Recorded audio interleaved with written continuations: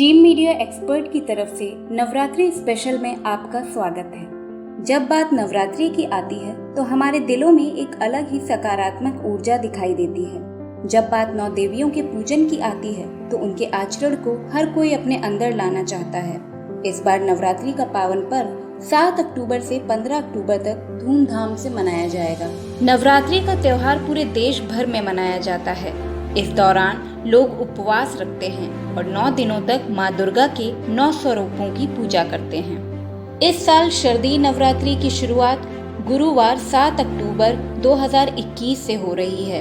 इस बार तृतीया और चतुर्थी तिथि एक साथ पड़ रही है, जिसके कारण नवरात्रि 8 दिनों की होगी। नवरात्रि में कलश स्थापना का विशेष महत्व होता है।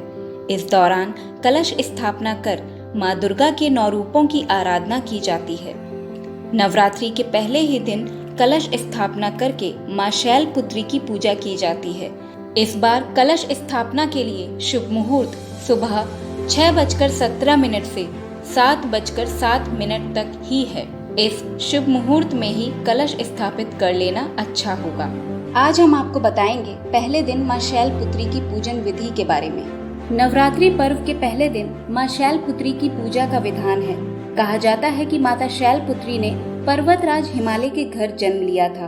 माँ शैलपुत्री के दाहिने हाथ में त्रिशूल और बाएं हाथ में कमल है। देवी माँ के माथे पर चंद्रमा सुशोभित है। माँ के इस रूप को करुणा और स्नेह का प्रतीक माना गया है। चलिए जानते हैं माँ शैलपुत्री की संपूर्ण पूजा विधि। माँ शैलपुत्री को सफेद रंग की वस्तुएं काफी प्रिय हैं, इसलिए नवरात्रि के पहले दिन माँ को सफेद वस्त्र और सफेद फूल चढ़ाने चाहिए।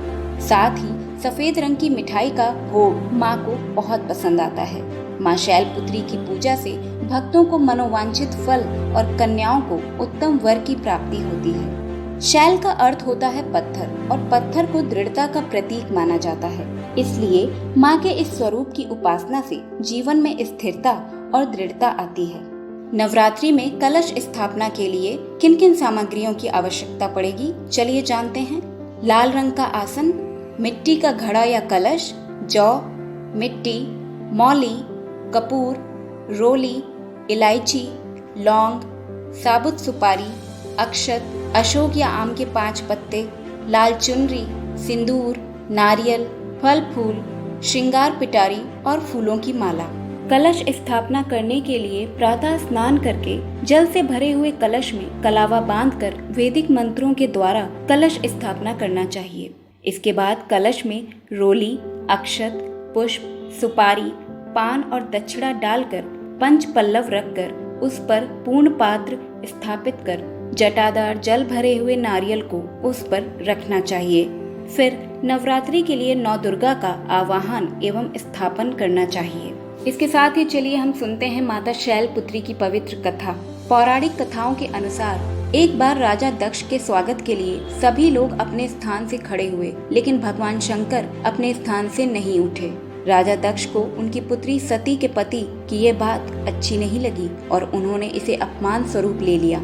इसके कुछ समय बाद दक्ष ने अपने निवास पर एक बड़े यज्ञ का आयोजन किया, जिसमें उन्होंने सभी देवी देवताओं को बुलाया, लेकिन अपने अपमान का बदला लेने के लिए शिव जी को नहीं बुलाया। सती ने भगवान शिव से अपने पिता द्वारा आयोजित यज्ञ में जाने की इच्छा जताई। सती के आग्रह पर भगवान शंकर ने उन्हें जाने की अनुमति दे दी। जब सती यज्ञ में पहुंची तो उनकी माँ के अलावा किसी ने उन पर ध्यान नहीं दिया। सती के पिता दक्ष ने यज्ञ में सबके सामने भगवान शंकर के लिए अपमानजनक शब्द कहे। अपने पति के बारे में भला बुरा सुनने से हताश हुई माँ सती ने यज्ञ वेदी में कूदकर अपने प्राण त्याग दिए। इसके बाद सती ने अगला जन्म शैलराज हिमालय के घर में पुत्री के रूप में लिया और वे शैलपुत्री कहलाईं।